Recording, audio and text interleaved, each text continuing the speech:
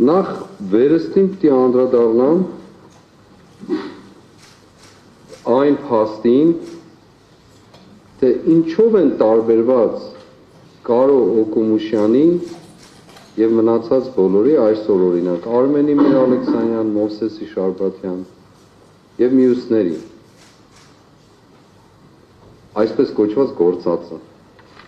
Ինչ ապացույցներ կան դրանց վերաբերյալ, որոնցից խուսափում ենք ներկայացնելու կամ խուսափում ենք։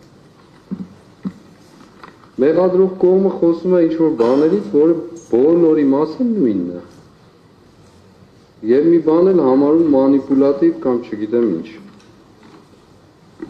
Որևէ ձևով, որևէ կերպով ակնհայտ է, որ խտրական վերաբերմունք է սա։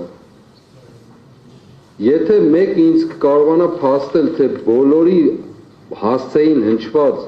այսպես կոչված մեղադրական եզրակացության բառերը ինչով են իրարից տարբեր եւ ինչով է որոշում կայացվում, կընդունեմ, բայց չեմ կարծում, որ դա այդպես է։ Եվ Սիրակի իմաստությունը, որ խորհուրդ կտամ ընդհանրապես կարդալ, շատ հրաշալի խոսք ունի, ասում է մի ձգտիր դատավոր լինել,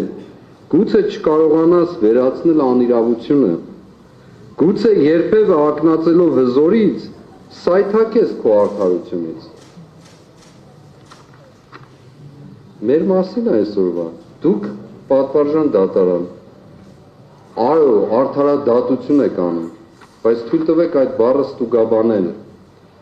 դատում եք արդարությունը,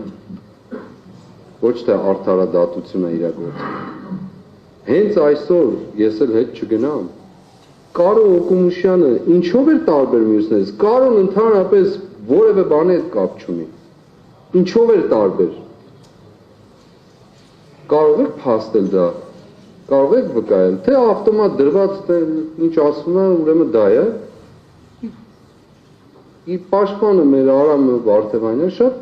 ժամանակային իմաստով նույնիսկ ներկայացրեց։ Սա ինչ է նշանակում սա։ Սա նշանակում է խտրական վերաբերմունք, այո, ես պնդում եմ, դուք Կարոյին չեք պատժում, Արթուր Սարգսյանին եք պատժում, եւ այո, կալանքը պատժի միջոց է դարձել, բայց դրա պատասխանը տալու եք 2-3 ամիս հետո, երբ որ այս իշխանությունները չփոխվեն, ով է տալու դրա պատասխանը։